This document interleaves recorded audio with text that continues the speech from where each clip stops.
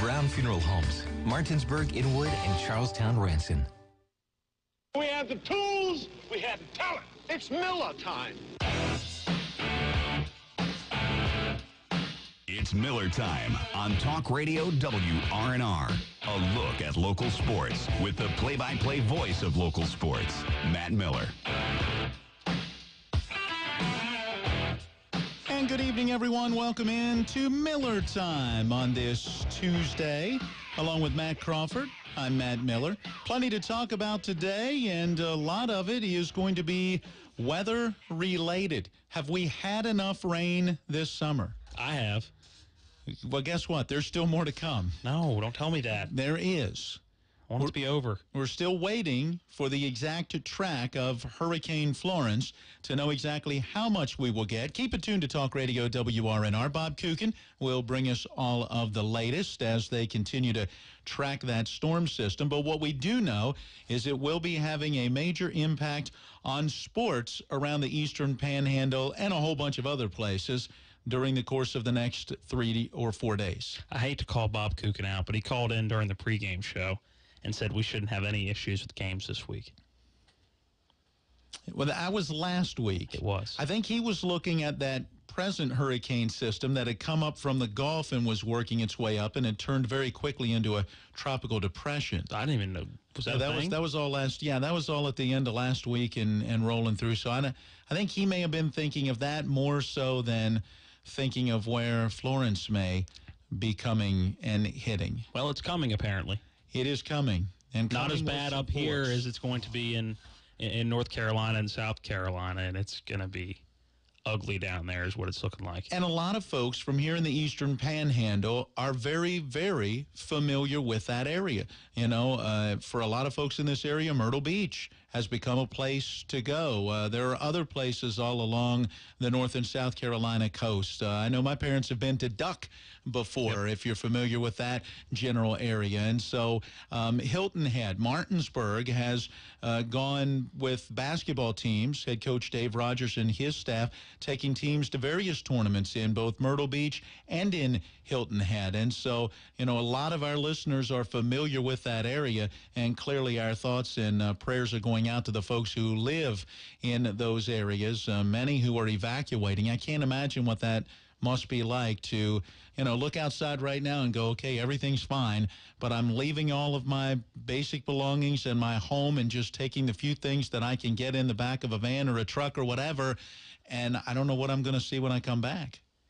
Your dad deals with that all the time, doesn't he? Yeah, my dad has worked for FEMA for a number of years and has had to go to places that have, you know, gone through some pretty devastating things. And, you know, again, just something that's hard to imagine. But as a result of all of the immense amount of rain, and in particular there in the Carolinas, the very strong winds that will be a part of this storm, it has affected play, especially in college football. The West Virginia Mountaineers were scheduled to play at NC State this upcoming Saturday, a 3:30 kickoff, a 12 noon pregame.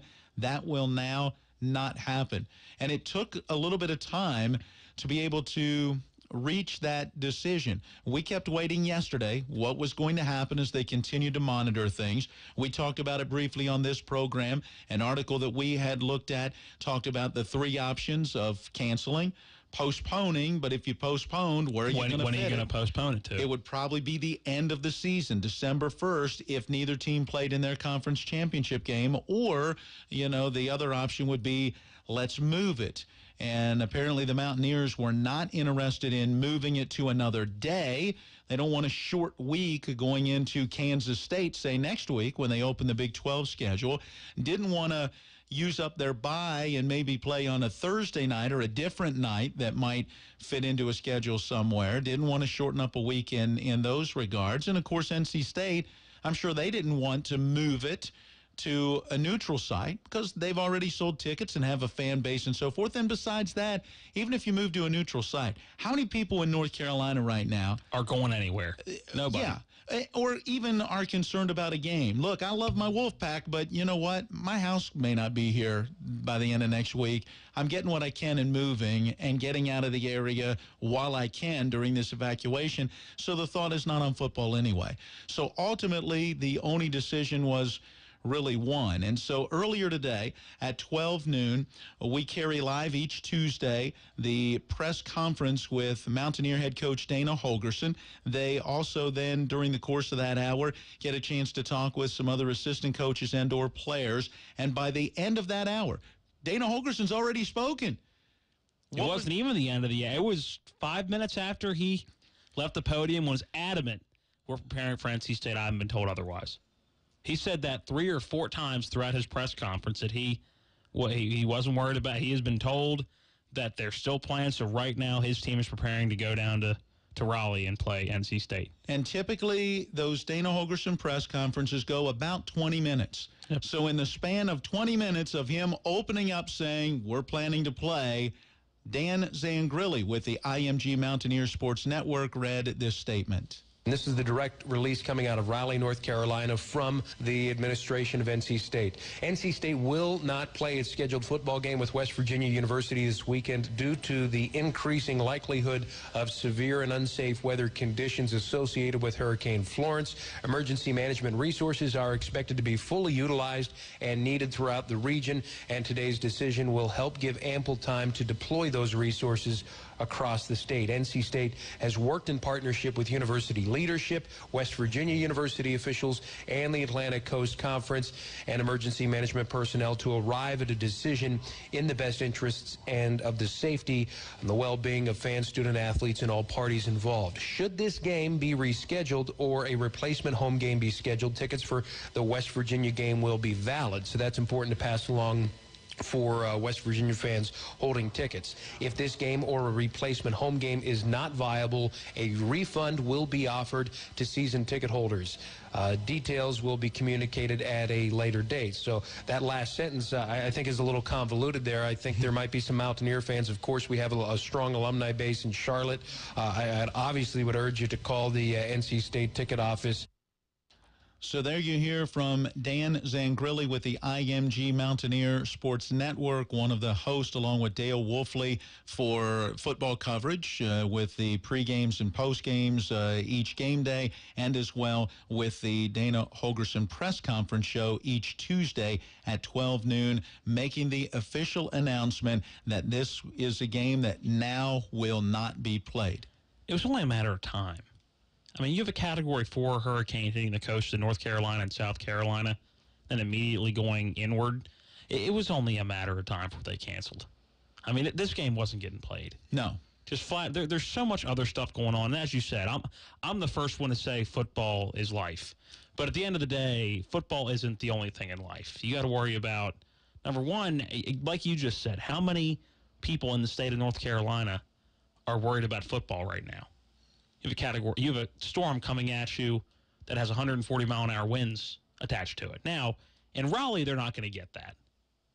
But around the entire state where you have NC State fans, it's going to be bad. So it was only a matter of time before this got canceled. And the timing was just awkward with Dana just finishing up saying, hey, we're preparing. And then 10 minutes later, hey, no game.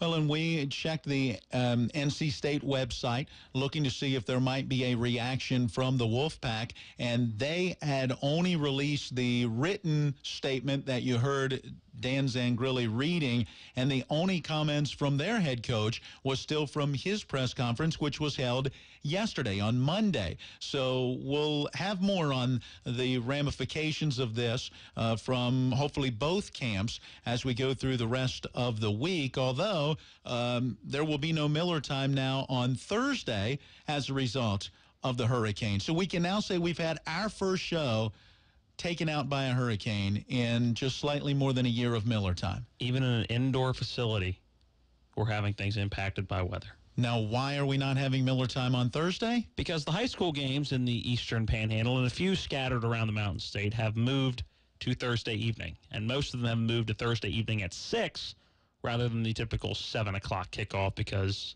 what we believe is that it's a school night. They want to get you in and out a little bit quicker. So that includes our marquee matchup, the first EPAC game for the Martinsburg Bulldogs. So they're traveling to Spring Mills to Cardinal Field to take on the Spring Mills Cardinals and first-year coach Chad Williams. So that game is now Thursday at 6 p.m. So we'll have a 5 o'clock pregame, a.k.a. no Miller time. There you go. All right, more on the other matchups and those time changes a little bit later on. But first, we remind you that what that means for Miller time is normally on Thursdays, it's our high school football preview night. And you hear from all 6 Eastern Panhandle Athletic Conference coaches as we try to break down those matchups. That will now take place tomorrow night on Wednesday night, leading into the games being played on Thursday. And then that means on Friday, we'll have a chance to kind of look back and see how things played out for the teams on Thursday night, and as well then on Friday also look ahead to what the weekend may mean for college football, because there is a college team in the area that as of right now will be playing come rain or high water on Saturday. The Shepherd University Rams, I believe, are who you're speaking of, correct? That is it. You were I was down in Shepherdstown today, and the first question, actually, it may not have been the first question, but as you'll hear a little bit later, I asked Coach Ernie McCook, hey, what's it look like this weekend? A lot of weather coming in. He said, right now, we are a go. And really up here, I mean, it's going to be nasty, but I'm not sure it's going to be in this area non-football nasty. I think the majority of it's going to be in the Friday evening area from the latest projections. But again, it's a hurricane. The minute it hits land, it could do 8 million different things. When does a hurricane ever hit exactly where they expect it to and do exactly what they're expecting it to? But right now, if you're planning on headed down to Shepherdstown and Ram Stadium to see their home opener against Glenville on Saturday, it is still on for a noon kickoff. Yeah, put on the poncho and the rain boots. You and I will be sitting at the 40-yard line. We'll be there with our poncho and rain boots on. I actually have a pair of rain boots for the first time in my life. So do I. Well, mine aren't really rain boots. They're more shin-high camouflage hunting boots. Oh, okay. Hey, they're waterproof. I was thinking fishing boots. I didn't know if you maybe waders. You may need your waders. Oh, wait, I don't have my waders up here. So Good idea, though. You got to maybe get those. Didn't think that much one all the way rain through. Could come through in the area. But, all right, well, we need to get in our first break. We'll come back and talk a little more about the matchups being moved around in high school football. And we'll hear from Shane Lyons, athletic director for the West Virginia Mountaineers, and get his take on this situation and the decision to cancel the game at NC State this Saturday. That's coming up next on Miller Time. Well, I'm running down the road trying to loosen my load. I got 7 women on my mind.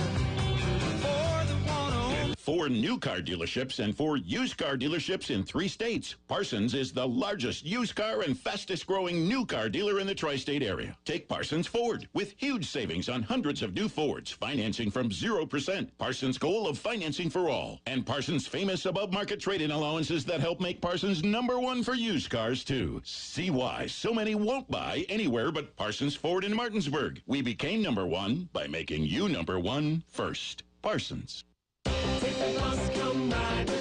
EPTA invites you to take advantage of their rider programs, the $5 all-day pass, the monthly pass, and the Get a Job, Get a Ride program. Visit EPTAWV.com for further details and come ride with us. This message brought to you by EPTA, the Eastern Panhandle Transit Authority. For schedules and rider information, visit EPTAWV.com. EPTA serves Berkeley and Jefferson counties.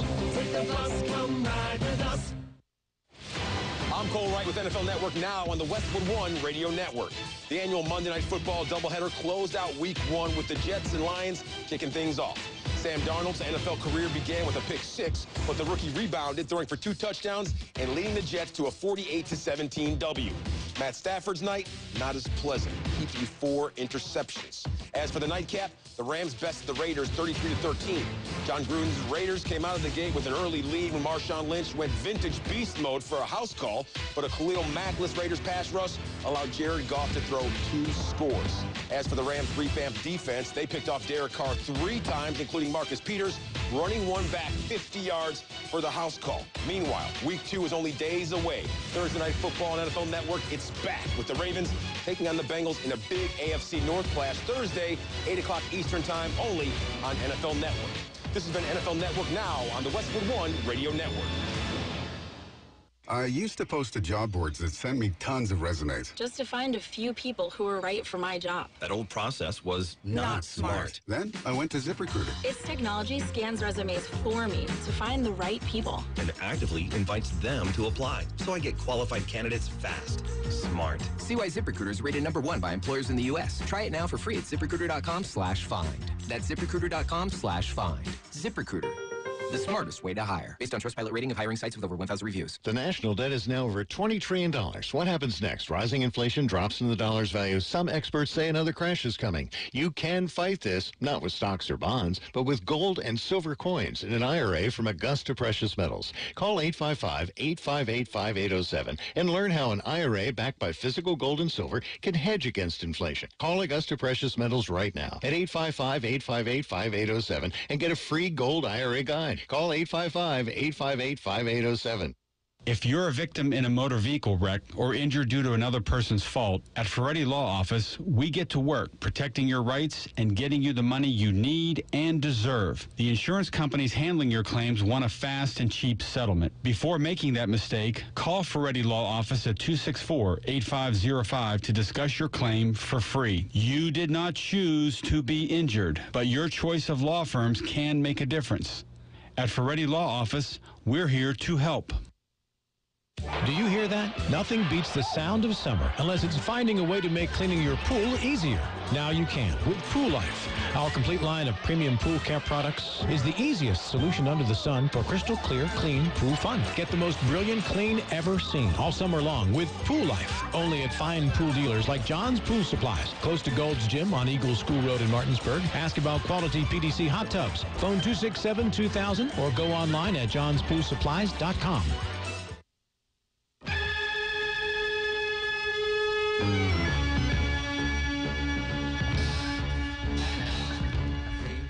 We welcome you back into Miller Time on this Tuesday evening. Along with Matt Crawford, I'm Matt Miller. We went into the break talking about the effects of Hurricane Florence this weekend. Let's come out of the break and kind of finish that up. We mentioned Thursday night at 6 o'clock, Martinsburg will be at Spring Mills with our pregame at 5. We'll keep you updated with scores from the other two games involving EPAC teams that have also been moved to Thursday night. At 6 o'clock out at Hedgesville, the Eagles will entertain the Jefferson Cougars. And at 6 o'clock down in Virginia, it will be the Heritage Pride entertaining the Washington Patriots.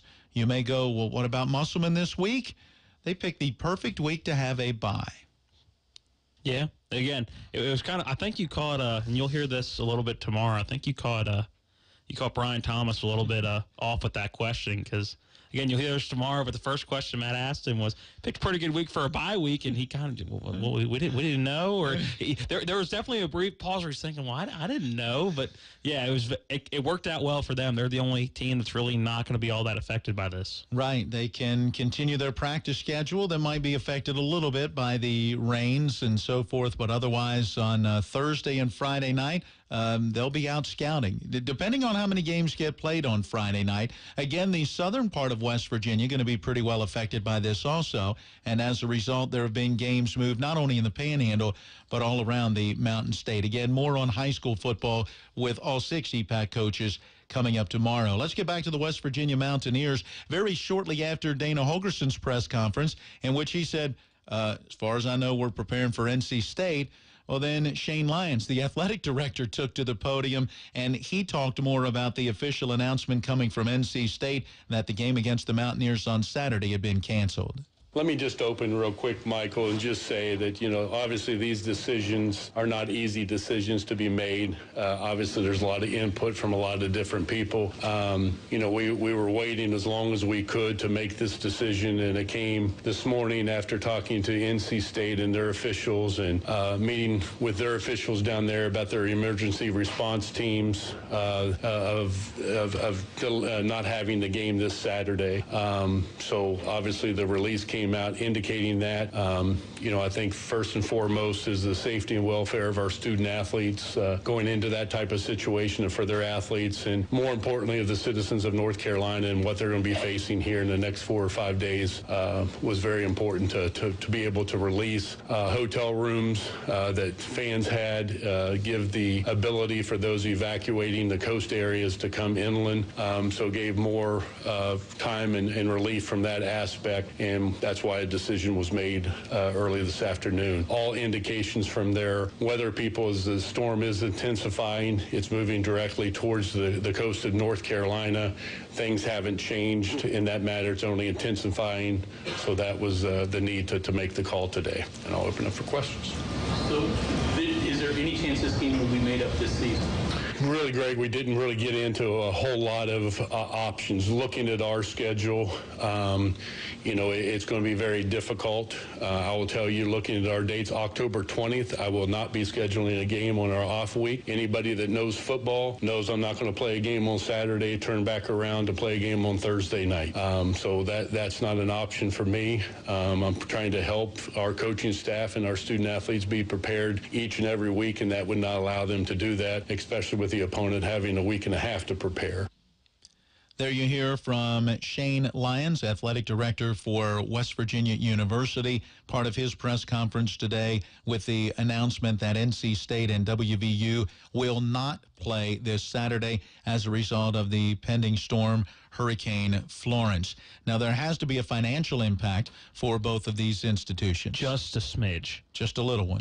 Pocket change, really. He did address It's this. not that much. And it was 5 minutes after this, so it was kind of awkward to kind of mend those things together. But, it's a small fee that each team was going to pay. Again, the home and home series, so each team was going to get the same amount for travel expenses. It wasn't just a flat, we're paying you to come. It was travel expenses that were being paid for.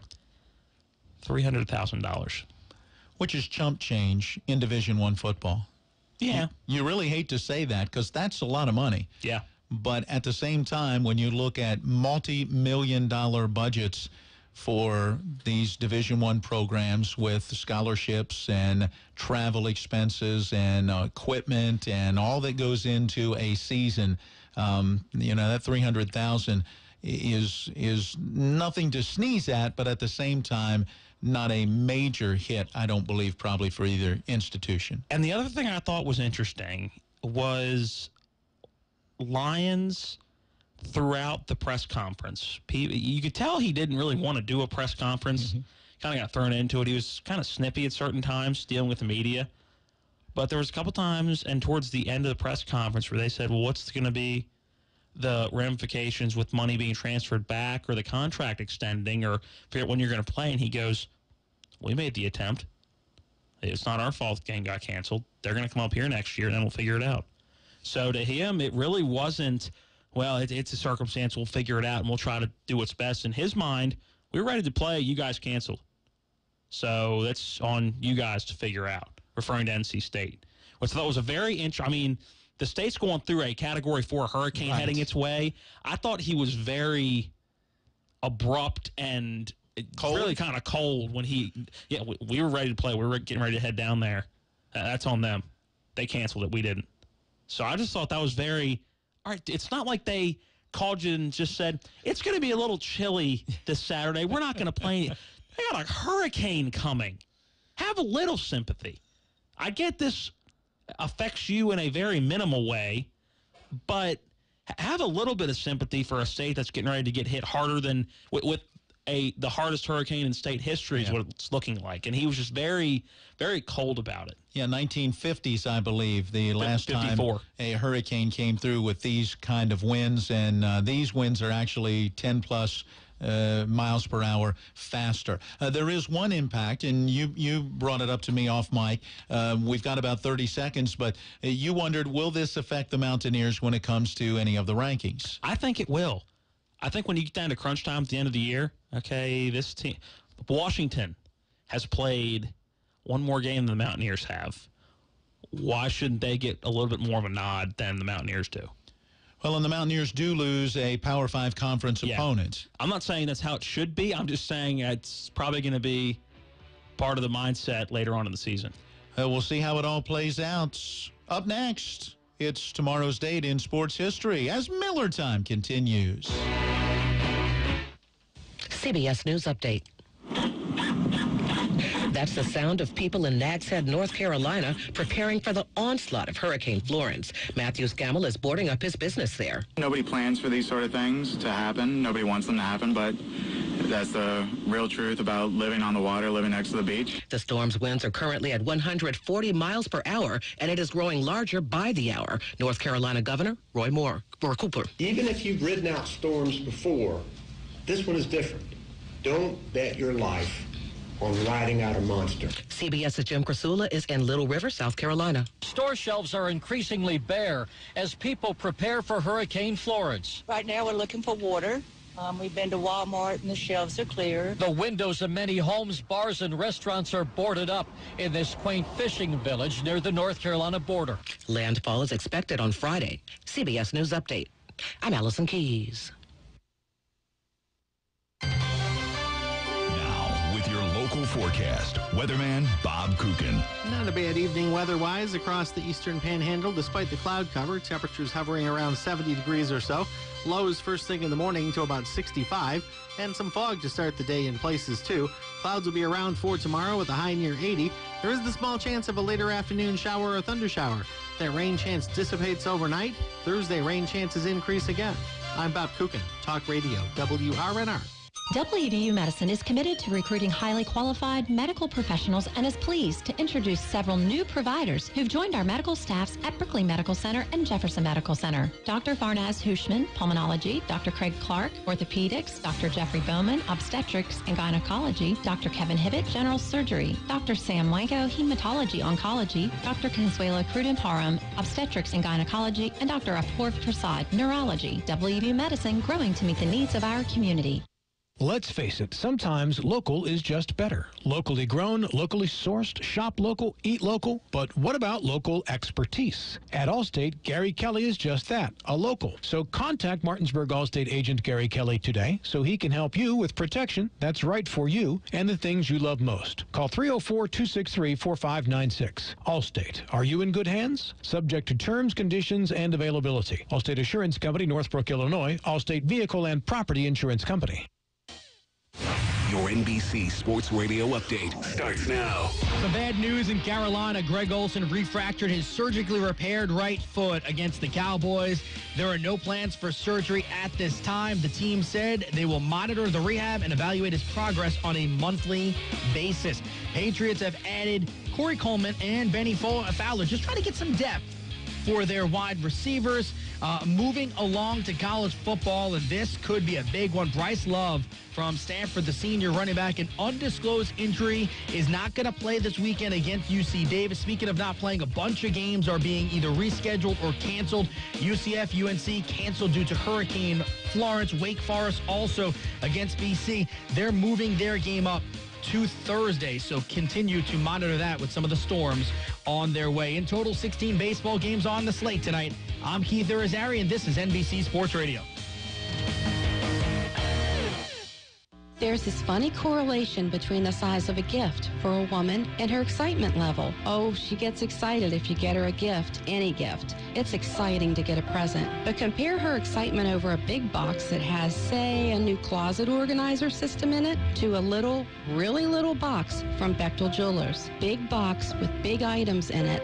Little box with something very little and tiny and sparkly in it. Big box with practical stuff, which is good for sure. Who doesn't want a new blender or espresso machine? Little box with fine jewelry in it. Maybe new earrings, a diamond pendant. All kinds of things fit in that little box. Big box, little box. Which one gets her more excited? The simple truth is, the littler the box, the bigger her excitement. I'm Lori from Bechtel Jewelers. We are the Little Box Store. We have the little boxes that bring on the majorly big excitement. For the gift that excites her and delights and say love so clearly, come see us.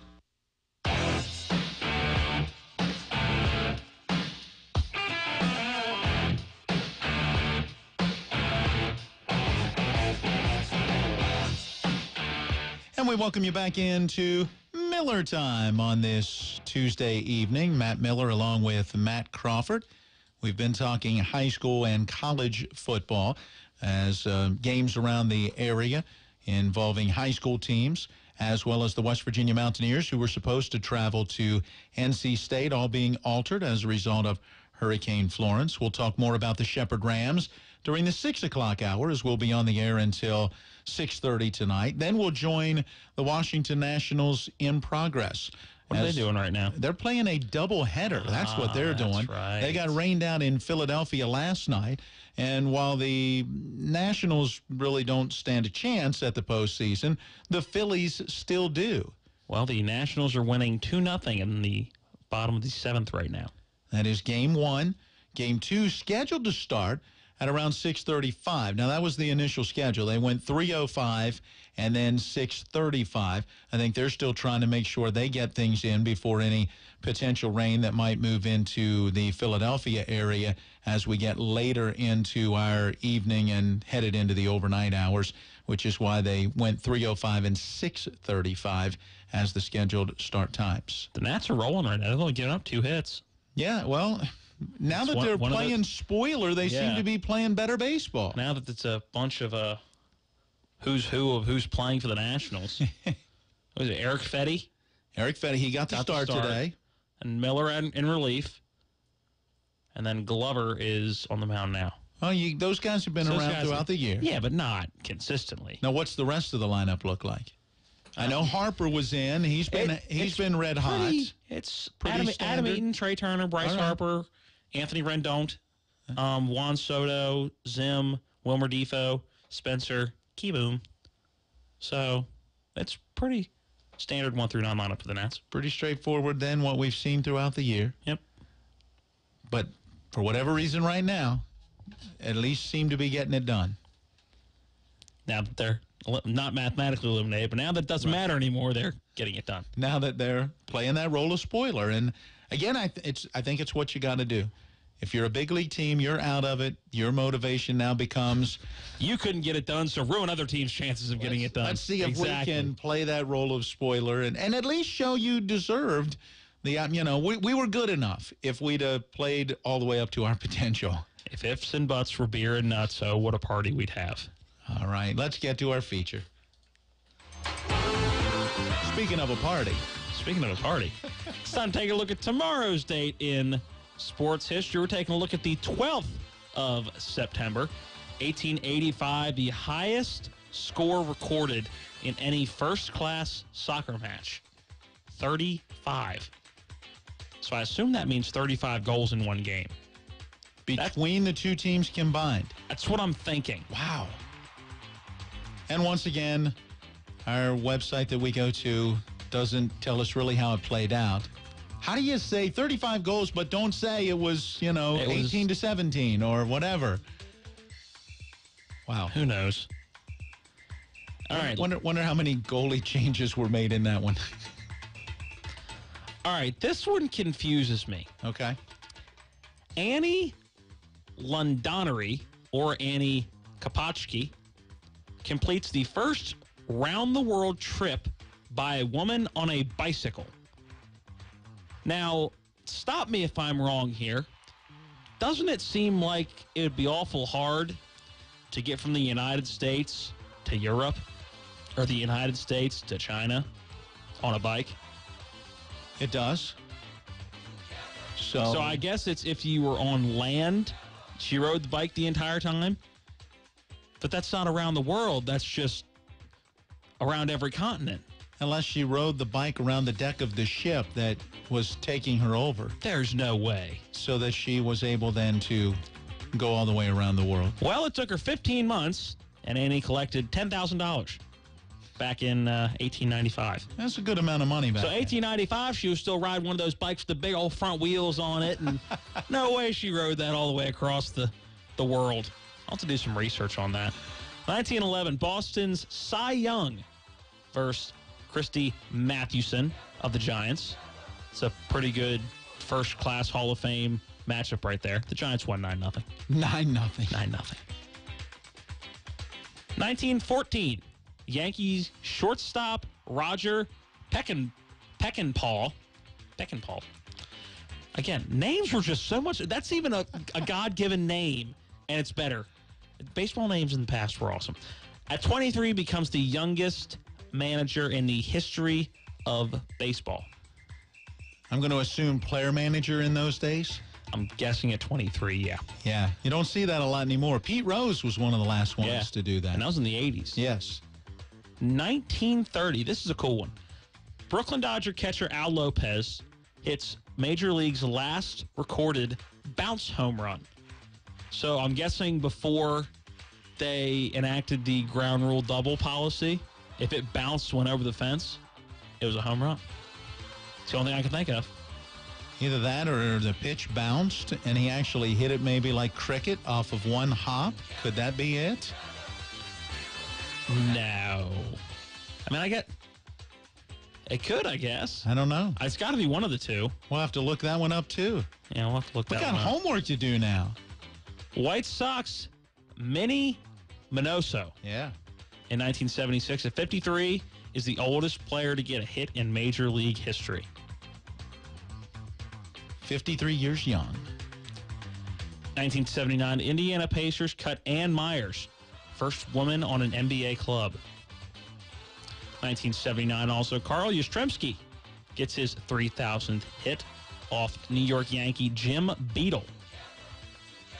And do one more for you, and it wouldn't be a Tomorrow's Date in sports history without the stud himself, Nolan Ryan.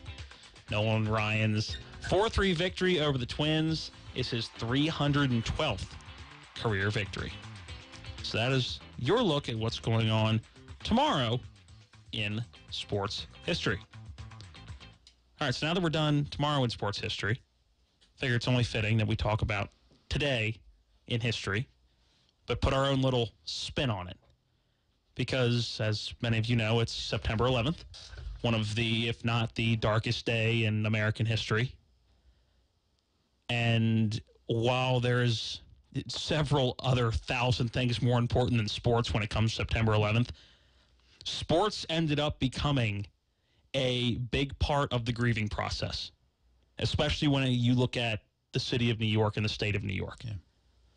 We did we do Miller Time commentaries for Rob Mario in the morning, and yesterday, the man sitting beside me said, we should do one on September 11th in sports. And we both, without even realizing the other one had a story, had stories about sports in regarding September 11th. So I'll let you start. Well, I can remember in the Miller Time commentary, I talked about remembering the president throwing out the first pitch in one of the games of the World Series. Game 3. In New York. It was the first game in New York because he got the offer to do it in Arizona that year, but he goes, I'm going to throw out the first pitch at a World Series. Right now, with where we are in the country, it's going to be in New York. And so that's what he did, and the reaction was just something else, you know. Yeah. But I also remember when I think about 9/11, and it was a Tuesday, so we are actually right on the anniversary. It was a Tuesday back in 2001. I remember just from some personal things that were going on in my family's life on that given day, and then watching things unfold on television. You talked about it being a dark day. What is so ironic is how beautiful the morning actually was. You know, that morning in our area and right up the East Coast up into New York and in through Pennsylvania, it was an absolutely crystal clear, beautiful, high blue sky. And then, you know, the planes go into the buildings, and it was just incredible, surreal to sit back and watch. But I know that sports quickly became a topic as to that part of the healing process, and how soon was too soon, and yet at the same time, how important was it to bring back at least some form of normalcy that could help people to have a way of escape, maybe, to at least for a few hours take your mind off of everything that had just happened and be able to kind of, you know, take in a ball game of some sort. And there was a lot of question about that. And I know I've seen interviews with Derek Jeter. I've seen interviews with Jorge Posada, Joe Torre. ESPN did a 30 for 30 called The First Pitch. and it was based on the game you were talking about with George W. Bush throwing out the first pitch in Game 3 of the World Series. But it was funny listening, or not funny, but it was interesting listening to Derek Jeter's perspective. With, you think an athlete, okay, while we understand what's going on, we just want to play. But even the athletes are going, we don't want to be seen as the people trying to get over it too quickly. Yeah. But I know, hearing him and hearing a bunch of other Yankee and players all around the country going, we realize that even though there still is going to be mourning and grief, we're helping in a very minuscule way and giving people back that couple hours at night where they can just sit down and watch a baseball game. And it's funny because it was football season as well, but I don't know if it just seems to be this way. I don't know if it would have had the same effect if it was any other sport but baseball. You know what I mean? With the history of baseball in the United States of America and the just connection that people have always had to baseball and the connection that people felt with one another and with the country after 9/11, I'm not sure how much sports would have been a big impact if the sport we were going back to wasn't baseball. Well, and it was baseball in New York. And it's and baseball in prime. You're going right into the playoffs, so it's baseball that you can sink your teeth into. And you've got the Yankees, who are the most famous organization in professional sports. There you go. Anyway. Love them or hate them. Yeah. You know, most people have an opinion about the Yankees one way or the other. And the Mets, you know, that they have a certain popularity as well, even though certainly not the championships and or the overall popularity of the New York Yankees. But you mentioned it was 10 days after 9/11 when the Mets had a miracle, magical type moment. Yeah, it's just one of the, I remember growing up, we watched Cubs games because my family grew up and I was a Cubs fan. And we'd throw on baseball if it was the playoffs or even during the week if we passed baseball games to see what was going on. But when I was a kid, I remember watching Mike Piazza hit the home run to seal a 3-2 win for the Mets in the first game back at Shea Stadium after 9/11. And honestly, why I remember that's because I didn't understand, I couldn't grasp why that was such a big deal. But that's just one of those memories from my childhood. I just remember how big of a deal that was, that he had hit that home run. It seemed to be the most special home run ever hit for the New York Mets, and it may have been. So that was just always one of those sports moments that sticks out to me. And every year, and I shouldn't say every year because I think they've gotten away from it in the last couple of years, which is sad.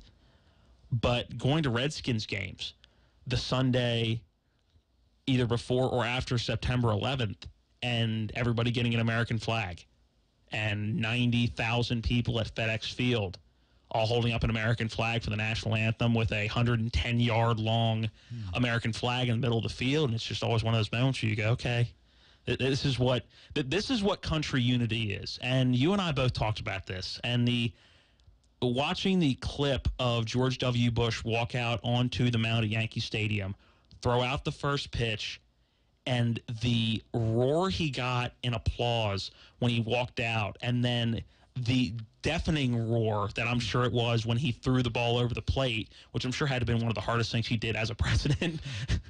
But just listening to that, you and I both agreed that it's amazing. And I'm not trying to get on a political soapbox here in any way, shape, or form, but it's amazing how far we've dropped from that. Mm-hmm. And I get that as a country, you were mourning together, and everybody was in America, had America at their hearts. And it was because of the tragic events. Mm-hmm. But it is just amazing how far as a country we've fallen from that. And obviously with Donald Trump now, but even before, with Barack Obama, I don't think either one of the last two presidents would have got that warm of a reception. And I just think it's sad that we go from that and then 17 years later. Yeah, 17 short years, because that's when you look at the grand scheme of things, it's not that long. No. So it's sad that's that it's changed that drastically in that short amount of time. And what's sad is that it seems to take something that rocks you like that rocked this country, that rocked individual peoples and families, to be able to kind of snap you back into reality, that we get frustrated and upset and vicious over really a lot of petty stuff. Yeah. You know, that stuff that really doesn't matter. And then that creates those divides that, you know, unfortunately then lead to things maybe that do matter. And so hopefully as we pause on a day like today and think about that, you know, maybe that's something that we can get back to, is a little more of that brotherly love and kindness, that unity that we showed as a nation back, 17 years ago. It's crazy because it doesn't seem like that long. No. Anybody that you talk to can pretty much tell you where they were, what they were doing when that occurred. Yep. Yeah.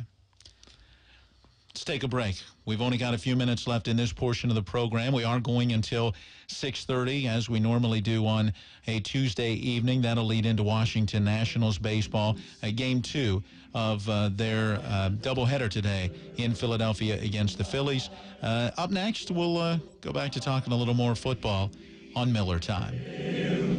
At the twilight's last gleaming, whose broad stripes and bright stars through the perilous fight o'er the ramparts we watched were so gallantly streaming, and the rockets' red glare, the bombs bursting in air, gave proof through the night that our flag was still there.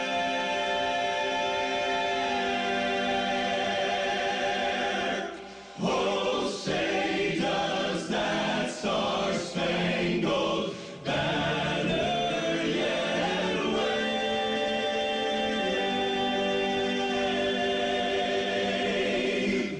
o'er the land of the free and the home of the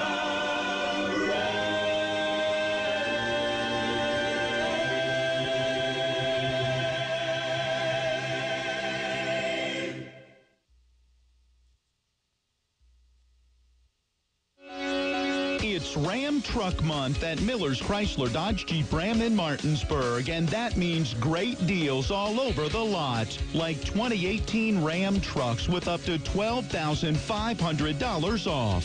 Stop by and inquire about the no money down specials and no payments for 90 days. Get other great deals like 2019 Dodge Grand Caravans from $26,900 or a 2019 Chrysler Pacifica for 0% APR plus $500 Chrysler Capital Cash. With over 300 trucks, SUVs, vans, and cars in stock, you'll find just what you're looking for during Ram Truck Month at Miller's Chrysler Dodge Jeep Ram on Kelly Island Road, home of the lifetime powertrain warranty. All payments based on approved credit, taxes, tags, and processing fees extra. See dealer for details.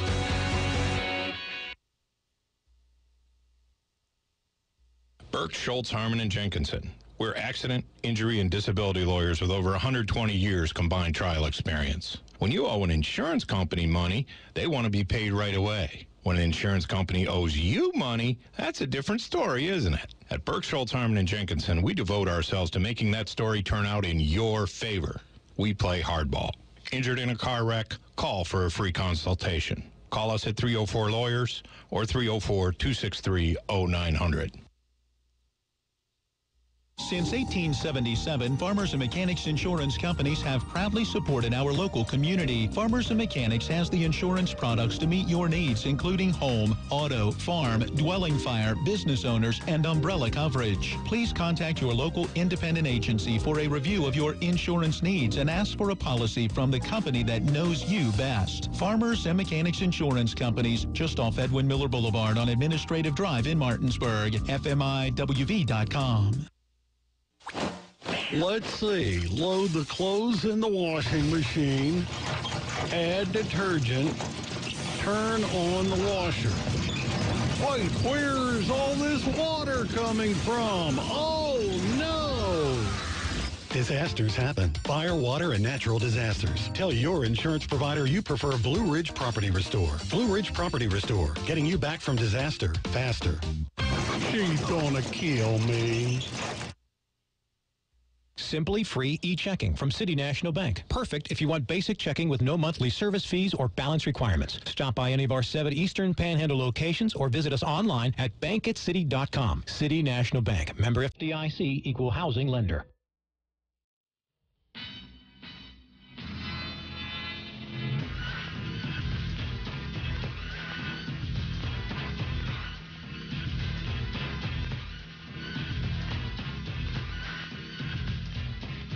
And we welcome you back into Miller Time.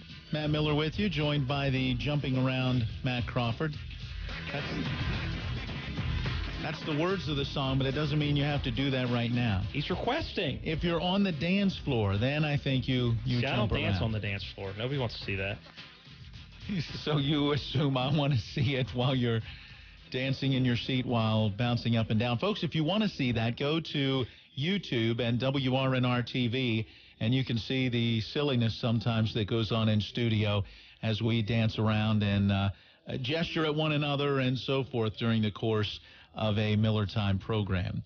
All right, we talked a lot earlier about Hurricane Florence and its impact on the West Virginia Mountaineers, as well as local high school games being moved from Friday night to Thursday night, and those games will be played at 6 p.m. instead of the 7 p.m. kickoff. A couple of other college games being affected. How about East Carolina, Virginia Tech, and UCF, North Carolina, all games that have been canceled, according to ESPN. So it looks like at this point in time, none of those 3 games will be made up. Of course, West Virginia and NC State, the third game out of the 3, with East Carolina, Virginia Tech, UCF, and North Carolina all being affected as well. And 3 teams involved in those games are ranked. Virginia Tech number 13, West Virginia number 14, and UCF number 18 right now in the top 25 rankings. Virginia Tech spiked quick, didn't they? They did. They moved up the ladder pretty darn quick. Well, a very impressive win there in week 1. I remember because I chose Florida State. Speaking of choosing, at the top of the hour, you know what we got to do?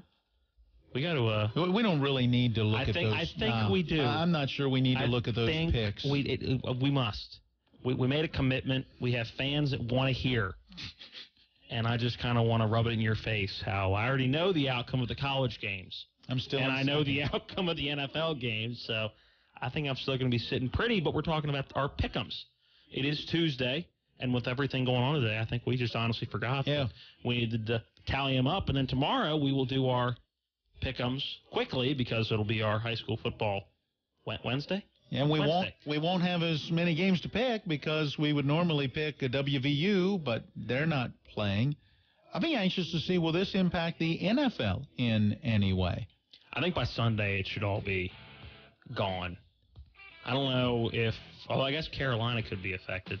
I'm not sure if they're home or not. That'd really be the only one that would be affected if you think about it. I would have to look that up. All right, we'll talk a little more NFL and college football when we return with more Miller Time on Talk Radio WRNR Martinsburg. Now your local news from Talk Radio WRNR.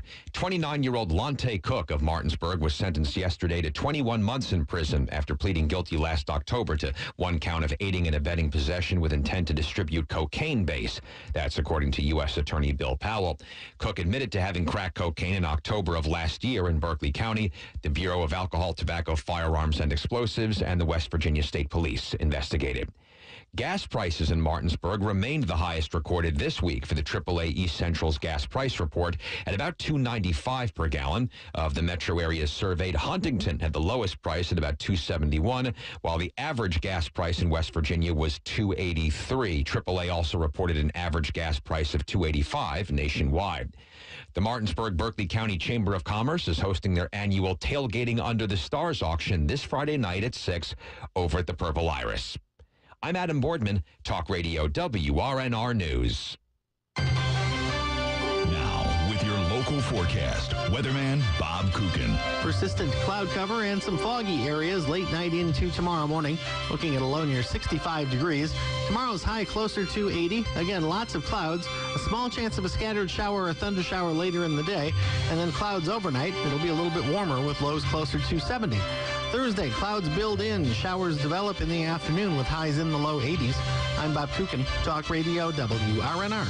It's Martinsburg Bulldogs football. 3 receivers out to the wide side left with the ball on the near side hash mark as Banks takes that snap, hands it off. Grantham off the right side of the line quickly into the secondary, gets a downfield block from Cello. Ball cuts to his right and into the end zone for the Martinsburg Bulldog touchdown on the second play from scrimmage. Grantham goes 26 yards for the score. The Bulldogs hit the road for their first road game of the season as they travel to take on the Spring Mills Cardinals. Pre-game at 5 o'clock, kickoff at 6 p.m. right here on Talk Radio WRNR, your local leader in talk, news, sports.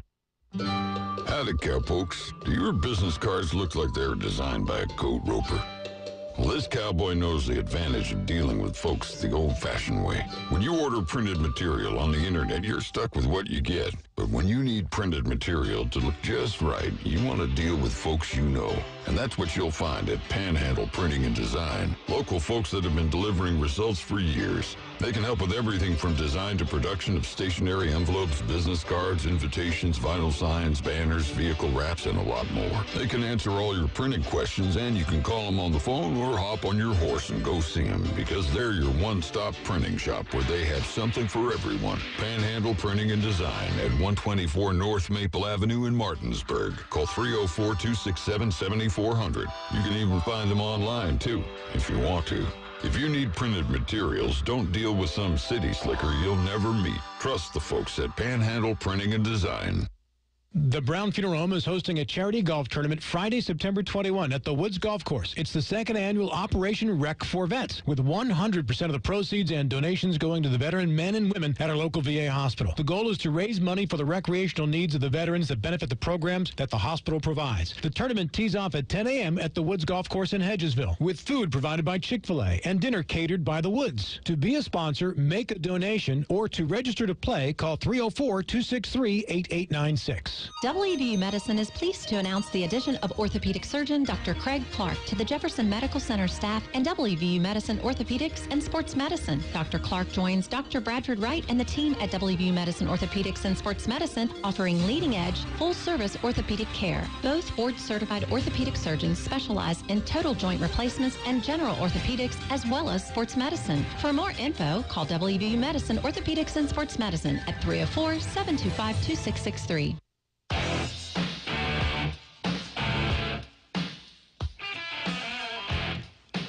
And we welcome you back into Miller Time on this Tuesday evening, along with Matt Crawford. I'm Matt Miller. We're with you till, well, Matt's with you till 6:30. You're leaving again. Yeah, I'll be taking off here. It's like you're doing this every Tuesday or something.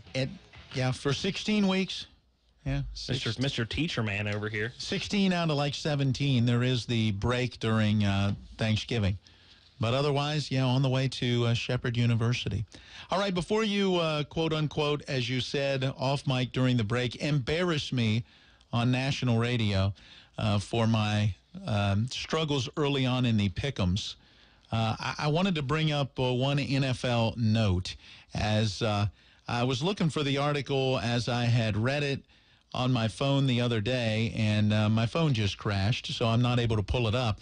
But it was an ESPN article stating that the NFL had come out, and the head of officials commented that the officials in the Pittsburgh Steelers-Cleveland Brown game erred in throwing a flag and calling a roughing the passer penalty as a Cleveland defensive lineman threw down Ben Roethlisberger and apparently landed with quote-unquote, too much of his weight on the quarterback as they're trying to prevent quarterbacks from being hurt by having a lineman land on top of them. Well, that ultimately occurred on a third down play that ended up giving the Steelers a first down, and on the very next play, James Conner took it in for a touchdown run. That game ended in a 21-21 tie. So you look back and say, here's a questionable call that the league comes out afterwards and says, yeah, shouldn't have thrown that flag and made that call. But it doesn't change the outcome of the game. I think the league should just sit on stuff like that. If they know they made a mistake, talk to the official, say next time, don't do this. Releasing that it hurts you as the NFL. And there's human error in sports because there's humans doing it. Even in referee and officiating, there's human error. Leave it at that. Send the tape to the official that made the call, the group of officials that made the call, and say, hey, next time this happens, this is what we're looking for, not what you called, and move on. The NBA does the same thing. They put out reports after each game and will go back and lay out various calls that occurred in the game, and especially calls that occurred late down the stretch. And you see these reports, and you just go, why? What good is it serving to publicize those types of things that just make the fans that much more skeptical, or cynical at least, of how games are officiated and whether there's crooked calls that go on or whether it is just human error or whatever? I'm with you. I don't understand. There's no upside to it. No, none. Wow, that was weird. Simultaneous. In the mind of my 13-year-old daughter, I should yell jinx at you right now, I believe. Jinx, personal jinx, you owe me a soda? One of those kind of things. Something like that. So, but yeah, it makes no sense. There's to me. no upside to it. I don't get it. Why do it? And of course, the whole aspect of that rule, I don't really get. Look, I understand you don't want to be pile driving a quarterback into the ground. And that's it. That's the rule. But again, okay. But you and I both know, watching a hit and Ben Roethlisberger is not a small quarterback. I mean, he's as big. I believe his nickname is Big Ben. Yeah, he's as big as linebackers in this league. So, when a guy hits him and you get done and look at it and you watch a flag come in, and again, it's like, is it a catch or is it not a catch? The NFL consistently has these rules now that are causing fans to just consistently question, and the players too, why was that a foul? Why was that a catch, or why was that not a catch? And I think that's part of the issue that's going on right now in the NFL. I did think there was a little bit too much emphasis on the roughing the passer penalty in Week 1. I will give you that. I will say I think the NFL is being a little touchy with that. I think it's going to be pretty soon where you're not going to be able to hit a quarterback in the game. I'm surprised when I saw the hit on Aaron Rodgers that there wasn't a flag thrown on that one because of where he ended up hitting. Yeah. Because it was lower body, The Brady rule. Right. Now, I don't believe, when you watch the play, there was clearly nothing intentional. He's going in to make a play. But I was a little surprised when I saw that and saw the fact that who the quarterback is. Because, look, like it or not, star players get calls. Yep. They do. They get rules named after. This rule is because Tom Brady tore his ACL. All right, I know we got to get into Shepherd football. Head coach Ernie McCook, defensive coordinator Josh Klein. You had a chance to talk with them, and we'll hear from both of them during the rest of this half hour. But before I take off for Shepherd University, I am sitting waiting for the humiliation. Where do you want to go? Do you want to go with college first? Sure, start with the college game. All right, here's the matches we had, starting with WVU taking on Youngstown State. We both picked Youngstown State. Both got W's. We both picked WVU, not Youngstown State. That's what I said, wasn't it? No, you said we both picked Youngstown State. Maryland at Bowling Green. We both picked Bowling Green. No. We both picked the Fighting Turtles of Maryland. Okay, so both at 2. Couple of wins. Penn State at Pitt. For some reason, you picked Pitt. I have no idea why. Or as you put on here, the Bills. I picked Penn State. I got the win there. All right, we you're up both 3-2. picked Georgia. All right, so that's against South Carolina. 4-3. Stanford and USC. I went with the Fighting Trees over USC, who looked atrocious. I was very shocked by how bad they looked. Okay, so you're up 5-3. And then we both picked Oklahoma. And that was right. So 6-4. You got me by 2 games there. Yep. All right. Which took our total to 10-2 for me and 5-7 for you. But wait, there's more. Oh, okay. Let's go to the NFL. Falcons Eagles on Thursday night to start the season off. We both picked the Falcons. That was wrong. That was just not the game either way. Skins and Cardinals. We both picked the Cardinals. The Steelers and Browns, we don't get a point one way or another because they did the stupidest rule in the NFL, and they tied. Are you? I could have swore I said something about a tie. You know, I don't think you did. You're right. All right. So we didn't get any of the first 3. No, we did not get a point either way for the first 3. Ravens and Bills, we both picked the Birds. All right. Saints and Bucks, I went with the Saints. You had a feeling, and your feeling was very true, although I don't think you realized how good they were going to play. Well, I certainly didn't expect a 48-40, but I thought they might be able to pull out like a 27-24 type of win. So you picked the Bucks, and so I'm up 2-1 in the NFL.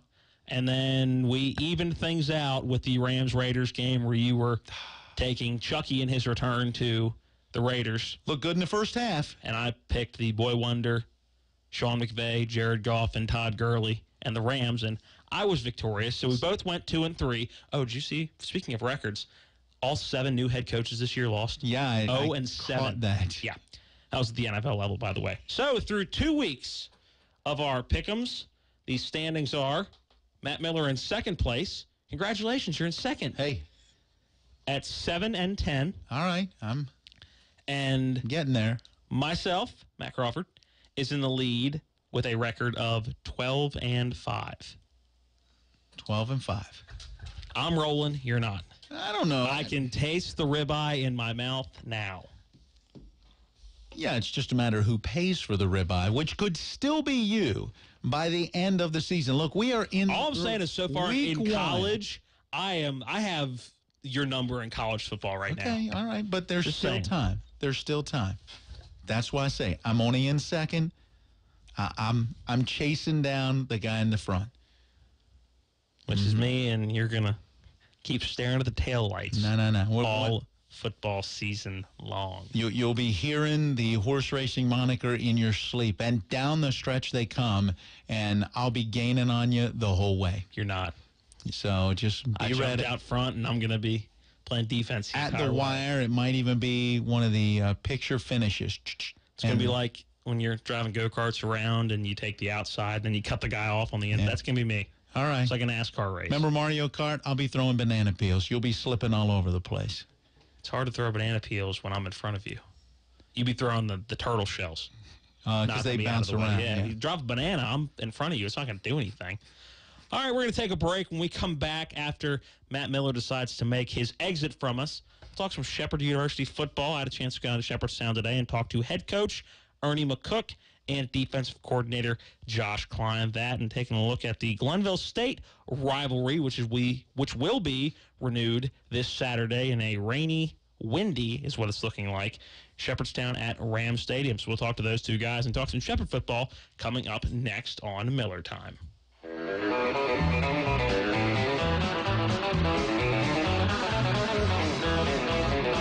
Let me tell you a story about a hot rod race course. Lincoln was setting that pace. The story is true, I'm here to say I was driving that Model A. Got a Lincoln motor, really souped up. Model A body makes it look real tough. Got 8 cylinders. Possibilities are all around us. We see potential in unexpected places. And when we share our knowledge, vision, and connections, we turn great ideas into action in communities all around the world. Together, we can make real change happen. We're Rotary. We are people of action. Get involved at Rotary.org. Hurricane and game times. Hi, everybody. I'm Tony Caridi. That story coming up on today's Mountaineer Report, brought to us by Kroger, the official grocer of WVU Athletics. There's savings, and then there's big savings. The kind of savings you can always find at your neighborhood Kroger. Come on in and see See for yourself. You'll find low prices in every aisle, and you can save even more with personalized coupons. Plus, you can shop and save anytime from anywhere when you order your groceries online with ClickList. So if you're looking for savings, big savings, Kroger makes it easy. And that means you get more for less. Fresh food, low prices at Kroger. I'm loving this coffee. And while I'm enjoying every sip, I can save tons by downloading digital coupons at Kroger.com. I can even get a digital coupon for a free product every Friday. And every day I can choose from over $400 in digital coupons. So I'm in. Sign up for your free account and start saving more today at Kroger.com. Fresh food, low prices at Kroger. So if I had $1 for every time someone asked me yesterday whether or not the West Virginia game against North Carolina State will be played this weekend, you and I could go out for a really nice lunch. The simple answer is this. It's just too early to make that call. WVU and NC State officials are waiting. They are watching. And then the next day or so, they will make a determination based on what Hurricane Florence is doing. Yesterday was award day in college football. West Virginia handed out its awards for team champions in the game against Youngstown State. Offensive champion goes to Marcus Sims, the wide receiver. Didn't score a touchdown against Youngstown State, but did have career highs in receiving yardage and receptions.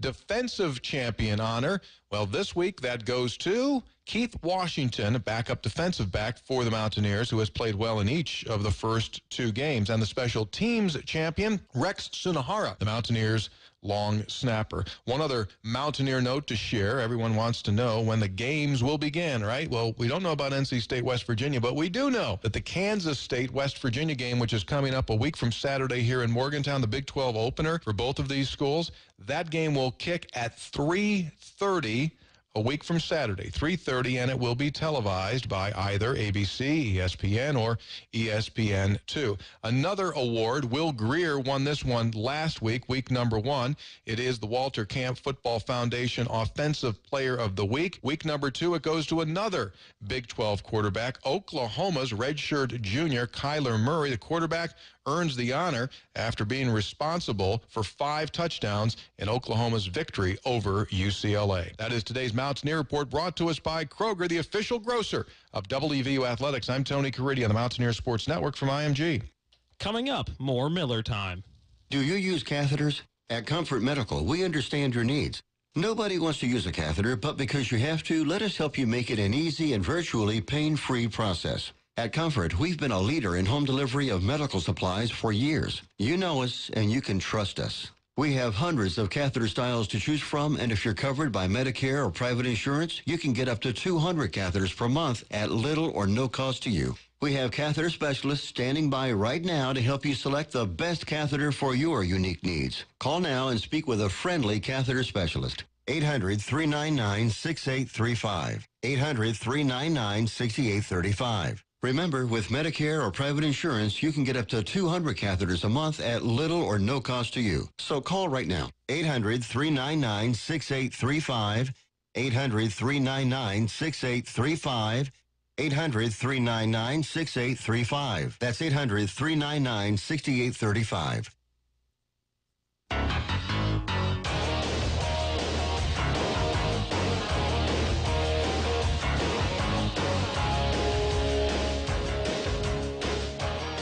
And welcome back into this Tuesday edition of Miller Time. Matt Crawford here with you. Matt Miller had to do that whole teaching thing, as he will every Tuesday night for the majority of this fall and the beginning of the winter. So the last 15 minutes or so of each Tuesday night Miller Time, I will be riding solo, taking you the remainder of the show. All right, we've talked about every other type of football locally.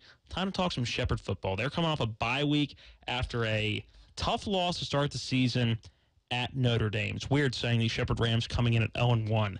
Haven't said that in the regular season in a long time. Haven't talked about a loss in the regular season in a long time. I have to go back to the fall of 2014 to talk about a loss like that. Well, I was down in Shepherdstown earlier. Got a chance to catch up with Shepherd head coach Ernie McCook, as I will do every week, either Tuesday or Wednesday. I'll head down there and get some quotes from him, talk to a offensive defensive coordinator, maybe an offensive defensive player, depending on who was hot and who was not the week before. I got started with Shepherd head coach Ernie McCook, still looking for his first win as a collegiate head coach. It's not going to get any easier with Glenville State coming in this weekend. That worked out really well. We were able to get good quality work in, focus on our fundamentals, and we did get some Glenville install working, so our kids are familiar with it and kind of building up to this week. Big weather coming in later this week, Saturday. News on whether game time could be changed or game day could be changed? We are go as go right now, but obviously our administration is they're watching the weather, watching how it'll affect our region.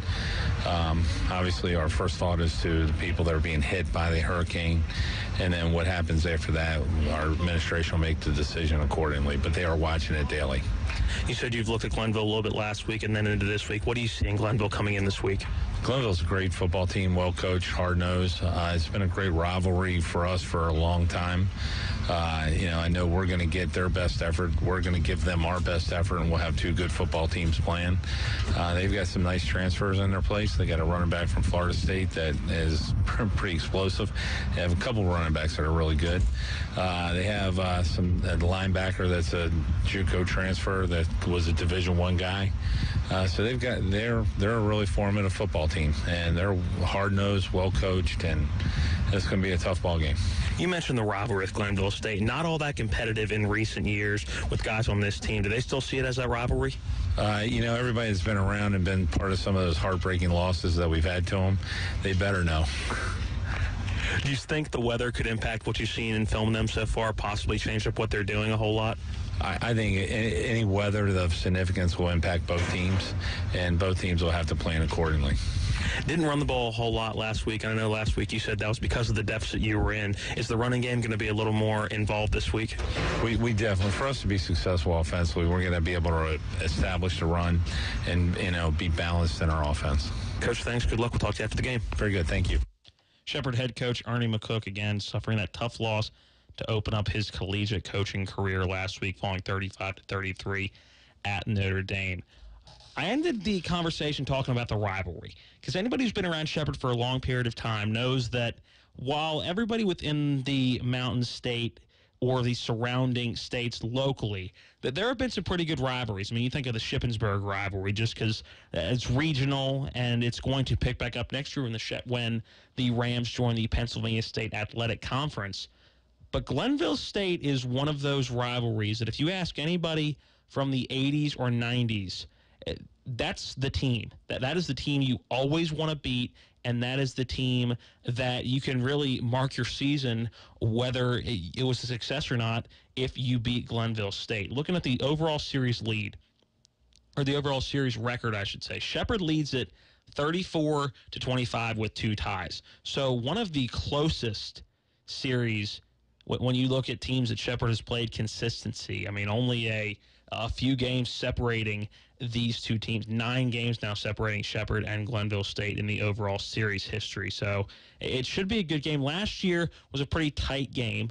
So it'll be interesting to see what Shepherd looks like coming off a loss, but also coming off a bye week. You look at this Shepherd Ram team, and while they had some things to work on and definitely some things that didn't go their way in week 1, they still were right there at the end against one of the teams in the Mountain East Conference that you expected to put up a fight this year in Notre Dame. Obviously, Fairmont State, that other team, but one of those teams that you expected to be right there with Shepherd at the end. So for Shepherd to run the ball as poorly as they did, and part of that was because they fell in that deficit early, and the defense playing the way they did, it was very promising that with a true freshman quarterback at the helm, that they were able to be in that game and be competitive at the end. So I think definitely some positives coming out of the Notre Dame game, but things that obviously need to be worked on in the bye week. And as you just heard from head coach Ernie McCook, things that did get worked on in the bye week. Again, weather could also play a big factor as we could have some remnants of a hurricane in Shepherdstown for the home opener. And if you're heading out to Ram Stadium, if you want to go along with the trend, it's a whiteout, as the Vice President of Athletics, Chauncey Winbush, announced at Media Day. It will be a whiteout at Ram Stadium. To me, that just smells a disaster. Wet white T-shirts at a football game, it's not fun to me. And it's going to be weird watching a Shepherd home game and they're in white. Doesn't happen all that often. But again, kickoff right now, as you just heard head coach Ernie McCook say, 12 noon on Saturday. So you can make it down there, get down there again. Tune in here each night at 5 o'clock, except for Thursday, where we will have high school football. Or follow us on Facebook, as we will have updates if that game were to get canceled or if that game were to get postponed. Wouldn't get canceled if that game were to get postponed or the time changed at all. Well, down in Shepherdstown today, I caught up with head coach Ernie McCook. I also, for the first time since Media Day, was able to catch up with defensive coordinator Josh Klein. That's a defense that had its fair share of issues in week one, and that is where I got it started with Coach Klein, just talking about what he saw from his defense in week one and how he adjusted in the bye week last week. Well, the initial thoughts were pretty poor. We went back to the drawing board after that week, kind of went back to our fundamentals, and got to stop the run to give us a chance to make big plays. And with the first week, it's over, it's past. Our guys are getting tired of doing punishment for giving up points. So I think they're ready for this week and ready to get after Glenville. Glenville State coming to town this week for the season opener. What do you see out of them after 2 weeks of their games? They continue to have a young team. I know, talking to Coach Smith last year, they had almost purely freshmen out there for them. So those guys are a year older. They got good players at the skill positions for sure. They got some new developing offensive linemen. So it's going to be it's always a good match. I know Coach Smith and Shepherd go way back to when he was playing for Tech, and he was I know our senior years he beat us. So still remember that. And then we've always had good matchups offensively, defensively, just coordinating against each other. I know a big game for you, Glenville State, one of your rivals when you played here. Not really competitive games over the last couple of years. Have you tried to instill that rivalry a little bit in practice? Well, for us, our kids, they see other teams as rivals now because we've had closer games with them. For me, this is still the rival from back when I played and, Coach Cater's days, and we've always kept this as our rival. So I'll be a little more particular in practice this week with our guys about wearing the right shade of blue and all those things to make sure that it remains a rivalry for all time. And we've had great matchups since I was a fan coming in '97 up until recent years. I know we had a tough matchup last year against them, so it was I think a 1 touchdown score. So it was a great matchup. With the weather coming this weekend, looks like it's going to be pretty rainy and windy. Do you see that impacting their game plan at all on how you're going to prepare? It's not. I mean, we both got to play with a wet football, so there's no big deal. I mean, they throw it and run it. They're about 50-50 in their breakdowns, so I don't think it's going to change what they do. Personally, I like it because it shortens the game, and we don't have to play as many plays, and we're always for that as a defense. And getting out of here before 3 o'clock is always a good deal on Saturday. Thanks, Coach, and good luck. Appreciate it. Defensive coordinator Josh Klein, and what he said with it shortens the game. It only shortens the game if Shepherd can run the ball. Again, I get that last week it was a lot based on the fact that they found themselves in a huge hole early, but only 80 yards rushing the football for Shepherd. If they're going to be good in the Mountain East Conference in their last year in the Mountain East Conference this year, they are going to need to run the ball a whole lot better than they did in that first game. Look at some of the stats from week one as I pull those up real quick. I mean, obviously, with a freshman quarterback and throwing the ball over 50 times, you're going to have pretty good passing statistics. But Shepherd finished last week throwing the ball a ton. I mean, an absolute ton. 56 times. 36 completions, 56 pass attempts for Tyson Bajan. Not a bad game at all for Bajan. He threw the ball for 518 yards. Again, good game for a true freshman. He only ran the ball 89 yards, and that was on 26 attempts. So while they were down early, there were still a lot of attempts there, and that's something that Shepherd's going to need to fix going this week as they open up at home against Glenville State. All right, time to go to Washington Nationals baseball, game 2 of a doubleheader. They're finishing up game 1 right around now, so we will take you to the end of that game and start you with game number 2. You listen to Miller Time on Talk Radio WRNR.